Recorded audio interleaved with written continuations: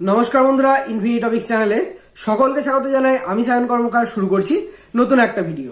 তো আজকের ভিডিওটা মূলত হতে চলেছে তোমাদের যারা রিভিউ বা স্ক্রুটিনিতে অ্যাপ্লাই করতে চলেছো তাদের জন্য। সেটা ইউজি হতে পারে, মানে আন্ডার গ্র্যাজুয়েট যারা বিএ, বিএসসি, বিকম এইসব নিয়ে পড়াশোনা করছো, বিবিএ, বিসিএ সমস্ত যারা রিলেটেড আছো, এবং পিজি মানে পোস্ট গ্র্যাজুয়েট, অর্থাৎ যারা এমএ, এমএসসি, এমবিএ, এমসিএ এইসব রিলেটেড ফিল্ডের সাথে যুক্ত আছো। তো সকলের জন্যই মোটামুটি ভিডিওটা হতে চলেছে। দুটো ক্ষেত্রে আমি আলাদাভাবে বোঝাবো। তো প্রথমে ইউজি মানে বিএ, বিএসসি যারা করছো বা বিকম যারা করছো তাদের ক্ষেত্রে প্রথমে বলে দিই। তো প্রথমে দেখো, প্রসেস হচ্ছে তোমাদের রেজাল্ট বেরোনোর ধরো তোমাদের 15 থেকে 30 দিনের মধ্যে, তোমাদের মানে 15 থেকে 1 মাসের মধ্যে তোমাদেরকে ইউনিভার্সিটির তরফ থেকে একটা নোটিশ দেওয়া হয়।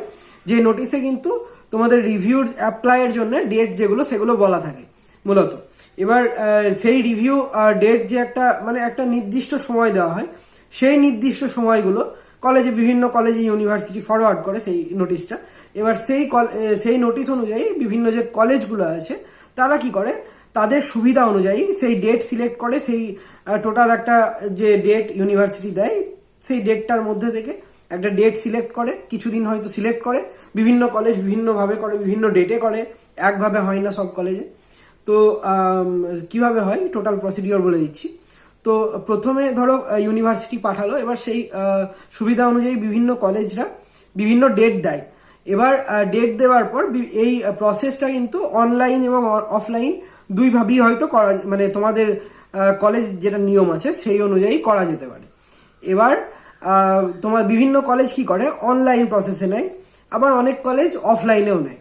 অফলাইনের ক্ষেত্রে তোমাকে একটা ফর্ম ফিল আপ করতে হবে। তোমার যে পেপারে ব্যাক আছে, বা ধরো কোনো পেপারে নাম্বার কম আছে, স্ক্রুটিনি বা আরেকবার দেখিয়ে রিভিউই করতে চাও, সেই ক্ষেত্রে তোমাকে ফর্মেতে সেই যে পেপারটায় তোমার ব্যাক এসছে, আদারওয়াইজ যে পেপারে তুমি মার্কস ইনক্রিজ করতে চাও সেই পেপারে টিক দিয়ে বা সিলেক্ট করে তোমাকে একটা ফর্ম দেওয়া হবে। তোমার নাম, সেমিস্টার, ঠিক আছে, তোমার অ্যাডমিশন, এখন কোন ইয়ারে আছে, সমস্ত কিছু হয়তো সেই ফর্মে ফিল আপ করতে হবে। অ্যান্ড শেষে তোমাকে একটা কলেজের লিস্ট দেওয়া হবে বা কলেজের একটা সিট দেওয়া হবে। সেই সিটের মধ্যে তোমাকে সেখানে সাইন করতে হবে। এবার সাইন করার পর তোমার যারা আর কি অফলাইন প্রসেসে নেয় তাদের ক্ষেত্রে সেখানেই টাকাটা জমা করতে হয়। যারা রিভিউ বা এইসবের জন্য, যারা রিভিউর জন্য অ্যাপ্লাই করছো তাদের ক্ষেত্রে 250 টাকা মতো, মানে 250, এবং যারা স্ক্রুটিনির জন্য অ্যাপ্লাই করছো তাদের ক্ষেত্রে 200 মতো, মানে 200 টাকা মতো নেওয়া হয়। এবার ভ্যারি করবে তোমাদের, যদি সেটা কমা বাড়া হতেই পারে, 50 টাকা এদিক ওদিক হতেই পারে। তো সেটা তোমাদের কলেজের ওপর ডিপেন্ড করবে। আর তাছাড়া এবার যারা অনলাইন প্রসেসে করে, অনলাইন প্রসেসে কিভাবে হয়, ধরো বিভিন্ন কলেজ কি করে, অনলাইনে ওয়েবসাইটে ধরো নোটিশ দিয়ে দিল আমরা এই তারিখ থেকে নেব, এবং অনলাইনে পোর্টাল একটা ক্রিয়েট করলো যেখানে তোমাদের এসবিআই কালেক্ট বা বিভিন্ন যে পেমেন্টের অপশন, সেখানে পেমেন্টের অপশানে তোমাকে রিডাইরেক্ট করে দিল, এবং সেখানেই তোমাকে টোটাল মানে সিলেক্ট করতে হবে তুমি কোন এক্সামের জন্য, কোন পেপারেতে তুমি অ্যাপ্লাই করতে চাইছো রিভিউ বা ব্যাকলগের জন্য। এবং টোটাল আর কি তোমাকে সিলেক্ট করতে হয়।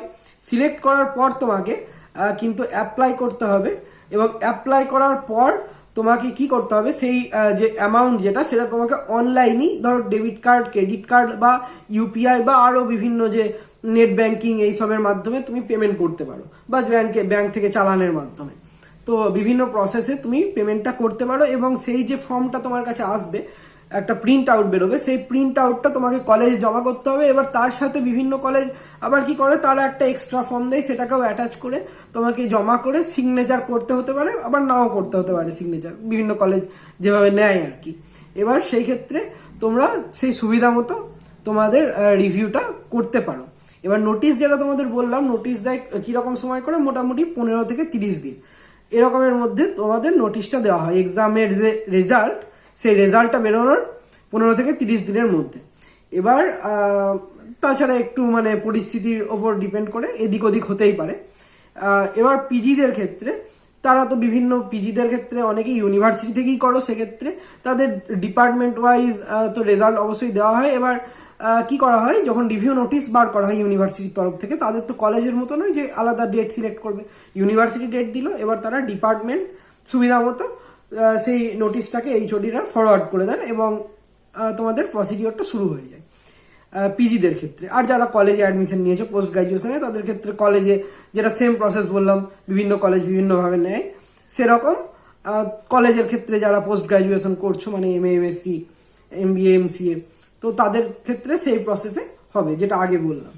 তো মূলত এই রকম প্রসিডিওর ফলো করে কিন্তু তোমাদের যে রিভিউটা যেটা করা হয়। এবার বর্তমান সময়ে ইউনিভার্সিটির বিভিন্ন সমস্যার কারণে হয়তো রিভিউ মার্কস যেটা সেটা বার করতে অনেকটাই লেট হচ্ছে। মূলত খুব তাড়াতাড়ি বার করে দেওয়া উচিত, অন্তত পরীক্ষার আগে, মানে নেক্সট যে পরীক্ষা, ধরো তুমি 6th সেমিস্টারের পরীক্ষা দিয়েছো, তার আগেই হয়তো তোমাদের বার করে দেওয়া উচিত, কিন্তু সেরকম হচ্ছে না। বর্তমান সময়ে দেখা যাচ্ছে অনেকটা সময় লেগে যাচ্ছে, 7-8 মাস লেগে যাচ্ছে রিভিউ রেজাল্ট বার করতেই। তার থেকে আমার মনে হয় পরীক্ষা দিয়ে আর একবার ক্লিয়ার করে দেওয়া ভালো যদি তোমরা ব্যাক থাকো। তবে হ্যাঁ, যদি নিজের উপর কনফিডেন্স থাকে অবশ্যই রিভিউ দাও। তবে যদি আর কি মার্কসটা খুব বেশি থাকে, 8.2 8.5, তারপরেও তোমরা ইনক্রিজ করতে চাইছো, সেক্ষেত্রে তোমরা ভেবে ইনক্রিজ করতে পারো। কারণ যে রেজাল্ট সেটা কিন্তু বেরোতে অনেকটাই সময় লেগে যায়, সেক্ষেত্রে বিভিন্ন সমস্যার সম্মুখীন কিন্তু তোমরা হতেই পারো। তো সেই ক্ষেত্রেই অবশ্যই ভেবে চিন্তা করবে। আর সব ক্ষেত্রেই যে মার্কস বাড়বে সেরকম কোনো নিশ্চয়তা কিন্তু নেই এই ক্ষেত্রে। তো পিজি ইউজি সমস্ত ব্যাপারটাই টোটালি ক্লিয়ার করতে পারলাম আশা করছি।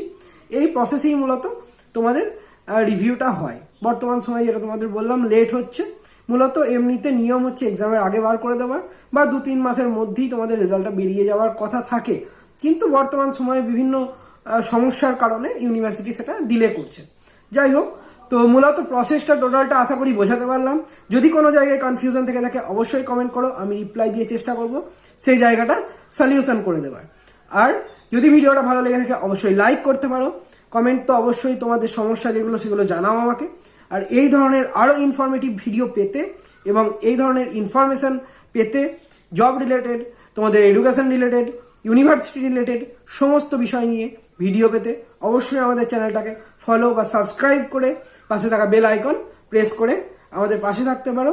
বেল আইকন প্রেস করলে তোমরা নোটিফিকেশন ট্যাবেই তোমরা সেই আমাদের যে নোটিফিকেশন ভিডিও পাবলিশ করার পর আসবে সেটা তোমরা পেয়ে যাবে। তো আশা করি সকলের ভিডিও পছন্দ হয়েছে। দেখা হচ্ছে তোমাদের সাথে পরবর্তী ভিডিওতে।